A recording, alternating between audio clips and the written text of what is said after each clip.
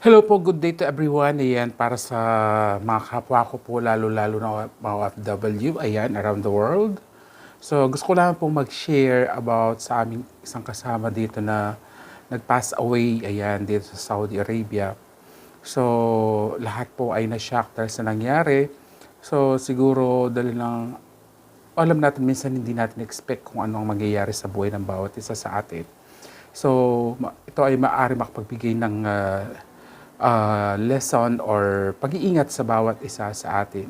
So, isa po namin kasama na naman ang nag-pass away dahil sa may ano siya, may hypertension siya, and of course may sugar din siya. So, uh, ayon sa aming mga kasamahan sa Riyadh, nag-CR po siya, and then after that, nakita na lang po siya sa CR na walang malay. So, siguro, di nila alam kung anong oras nangyari, kung ilang minuto na nangyari doon. So, nadala naman po siya sa hospital, kaya lang nung dinala sa hospital is comatose na po siya. So, tinry nilang ni-revive, pero di naman siguro alam din, syempre, though may mga training kami about sa CPR, so di naman alam ng tunay na nangyari. So dinala po siya sa hospital, then pagdating sa hospital is comatose po siya.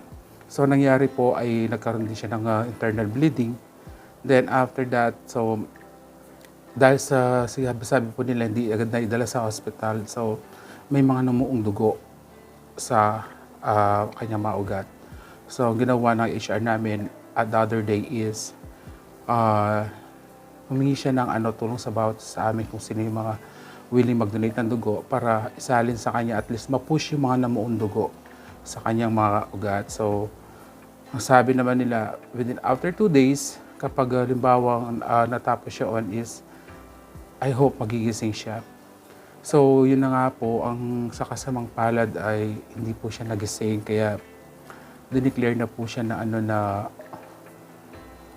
wala na po siya. So nakakalungkot po kasi nabigla kaming lahat at sa bagay, hindi naman natin hawak ang buhay natin, di ba? So hindi natin alam kung kailan tayo mawawala. Pero that's a lesson na rin po yan, kasi yung po nga, hindi nila alam kung nag-maintenance siya ng gamot, and at the same time, hindi rin po siya kasi nagpapa-check up, regular check up. So parang nagkaroon po ng di natin alam din kung anong reason niya. So ngayon po is hinihintay na lang po yung repatriation ng kanyang labi, and I hope dahil Ramadan ngayon dito, so I hope mapapabilis po yung pag-uwi niya para makasama po ang kanyang pamilya. So lahat po ng mga kasama namin, kahit na yung mga hindi na namin kasama dito na umuwi na, nag-for good. So nung nalaman nila yung balitang nangyari sa kasama namin, lahat sila ay nagtatanong kung anong nangyari.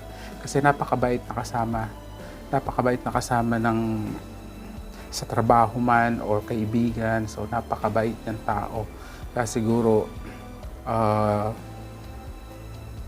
siguro naging ganun lang ang mission niya dahil sa napakabait na tao niya. Pero yun, nakapagbigay nga ng lessons about sa mga kapwa natin OFW. Ayan, kung may mga iniinda tayong mga sakit o karamdaman, so wag natin pabayaan, wag tayong magpabaya, kasi tayo lang ang makakatulong sa sarili natin dahil tayong nakakaalam kung anong makakabuti sa atin, dahil wala tayong kasama dito or let's say magbabantay sa atin.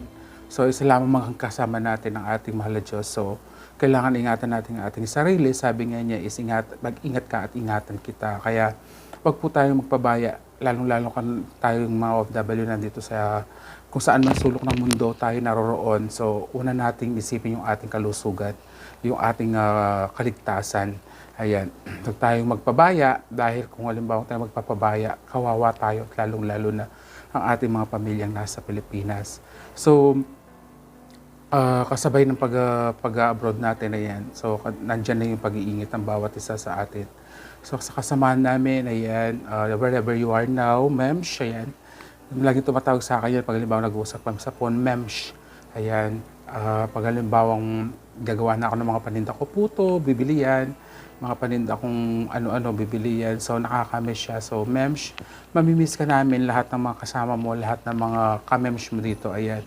So, lahat sila nagtatanong. By the way, kung halimbawa maabutan kita dyan sa Pinas, so papasyalan kita. And I know God will give you everlasting life kasi napakabait mo. So, yun, wag ka